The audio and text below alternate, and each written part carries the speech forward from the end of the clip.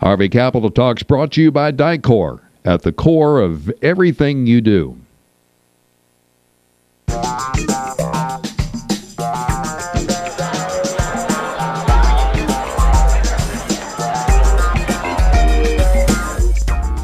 Hey, I'm Andy McCaskey from RVNN TV, welcoming you to RV Capital Talk and introducing our host, Sherman Goldenberg. Thank you, Andy. Here in beautiful Elkhart, Indiana, with Andy and Pat Hittmeier, president of KOA, Kampgrounds of America, incorporated in Billings, Montana, via Skype. Welcome, Pat. Oh, it's good to be here.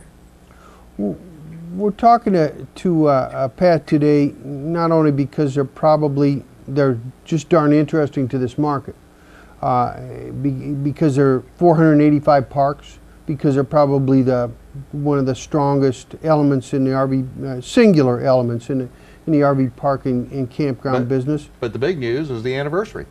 Well, 50th anniversary. And it is their 50th anniversary this year. What do things look like here, Pat, business-wise and otherwise, on the 50th anniversary of KOA? Well, you know, it's sort of nice to be able to report business is good right now on our 50th year so far. I was just pulled. We get a report once a week. We call it our flashlight, try to give it a camping term. But essentially, it's a business, how business indicators, what's going on. So through April 16th, which is pretty recent here, our short-term business occupancy is up 5.6% this year. Our ADR, what you would think of as a rate increase, we're getting about a 3.3% rate increase on our camping, and then so combined is a increase of about 9%. In revenue, and that's on a same-store basis. In other words, the same campgrounds compared one year to the same campgrounds this year. To break that out a little further, our cabins, which we break out into two categories, cabins which are what you think of as our non-utility cabins, those that don't have bathrooms, are up about 16% this year, and our deluxe cabins, which are the park models, which do have facilities, are up over 23%. So they're really going great. Continue on to the same report. We measure guest service all the time. It's a big piece for us. And we're up 2 points on our guest service scores. Our value card sales are up 9%. Reservations for this summer, up 2.6%, and associated nights are up 4.4%. And then finally, we look at unique visitors to KOA.com, and they're up 28%, with our reservations from KOA.com up almost 12%. So as you can see, everything is indicating a very good start to this year, and we're very pleased. It's much better than last year. How much did the soft spring play into your good fortune here? I think weather always plays a big role, and so yeah, I think that the weather and consumer confidence, that being up a little bit, gas prices are of course on everybody's mind, and just to let you know that we also look at that, and last year at this same time gas prices were averaging $3.79 a gallon. They were up 5 cents from the prior week a year ago. And this year, gas is averaging $3.92 a gallon, and down 2 cents a gallon. So it's sort of going the other direction right now. And I think the fact that we have higher consumer confidence, the gas prices are not impacting our business as much as they did last year. And then couple that with what you call the soft spring, that's really made for the good business climate this year. At the risk of sounding a little bit corny, the fact of the matter is, from what I'm hearing, from reports from both state parks and national parks and a private RV park and campground business, is it looks like America really is coming out of the recession, embracing this camping habit, this camping tradition.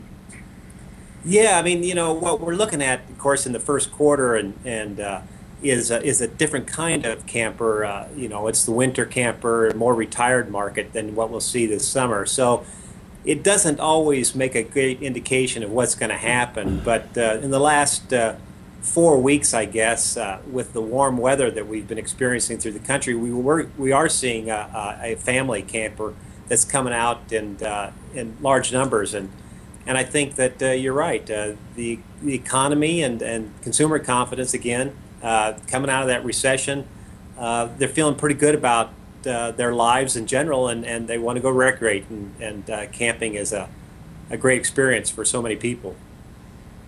You know, these deluxe cabins seem to be a big part of your future. We've got a couple questions on that, but let's pause for a moment, and we'll be back to ask those. RV Capital Talks brought to you by the Dicor Corporation. Dicor Corporation is 4 specialized companies serving the RV industry. Dicor Products, United Shade, Seal Design, and Vixen Composites. Whether it's RV wheels, walls, shades, seals, or other specialty products, Dicor Corporation is at the core of everything you do. Hey, Pat, we're back. Just as promised, a question about the cabins. Who is the primary market, and is it turning out to be who you imagined it was when you came up with the idea? Well, it's never exactly like you imagine it, but the primary market is RVers. You know, unfortunately, we'd like to expand that market, broaden that base of potential customers. But right now, it's probably made up of about half former RVers, or RVers who have left their rigs at home and are camping without them. The other half, however, is a unique to our business. In other words, they might be more traditionally staying in a hotel, but now have chosen a campground as an opportunity to use our what we call deluxe cabins, which are the park models. So is this to introduce them to the capabilities that you have in the park, or to get them reacquainted? What's the objective from a marketing standpoint? Well, our objective is to broaden our market. I mean, you know, there's a lot more people who don't have RVs than do have RVs, and so it's a huge market. We believe that the camping experience is one that will span across all different types of individuals. And we didn't want to limit their ability to use our facilities by the fact that they'd have to purchase an RV. Add to that, of course, that the average rate we get for renting these units is much higher than we get for renting an empty site. The fact of the matter is, Andy, and you know, we've never seen anything, a twist like this in the market. This burgeoning cabin camping market.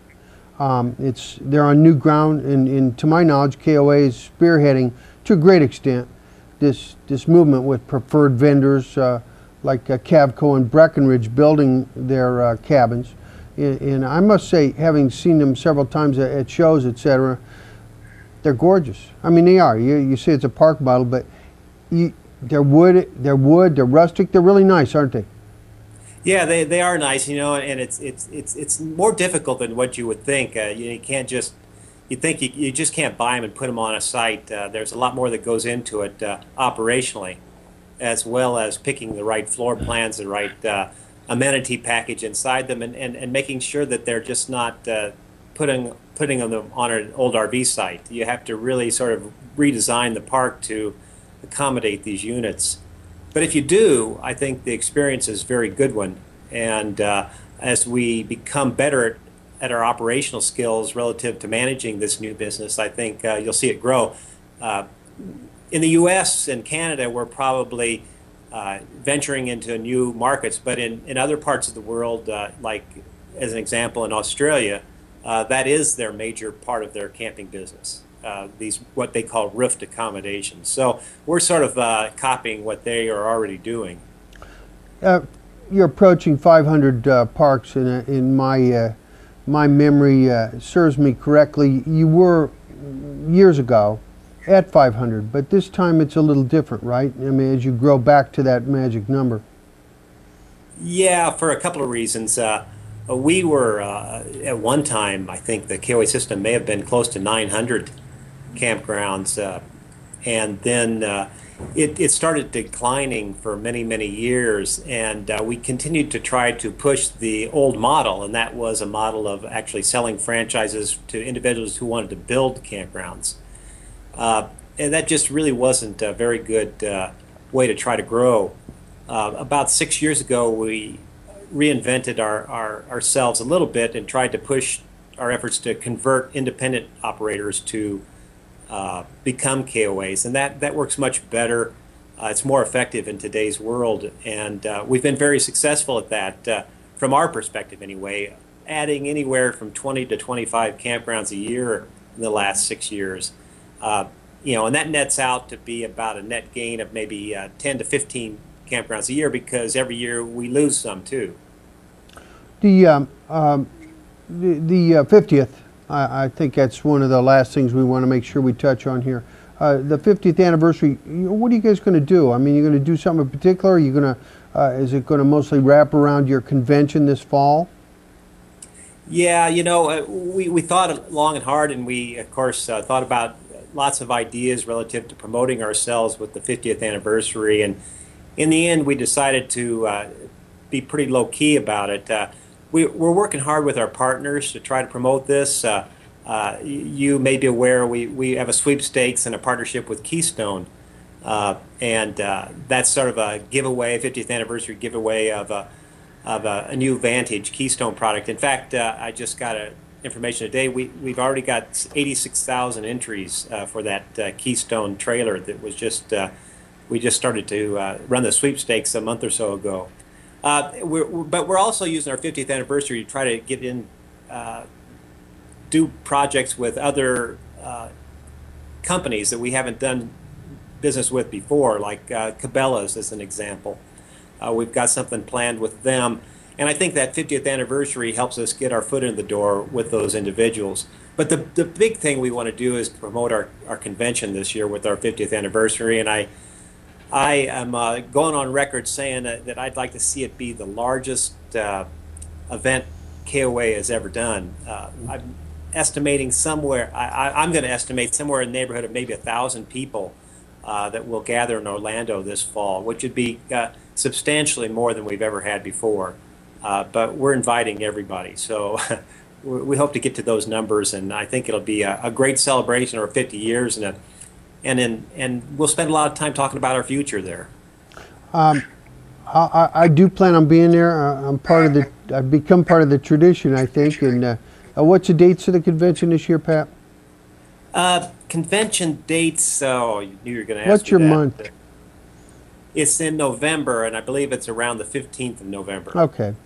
And so I do look forward to being there, and we really do appreciate your time here today on RV Capital Talk. And this is the point at which Andy and I do our little smiley cup routine. I don't know how it got started. Don't ask. But trying to get Sherman to smile. Yeah, because we used to be really dour. So, thank you for joining us. Oh, you're welcome. No, thanks for having me. I appreciate it. Okay. Right. Well, and to everyone who's watching, thanks very much for joining us on RV Capital Talk. We will see you next time.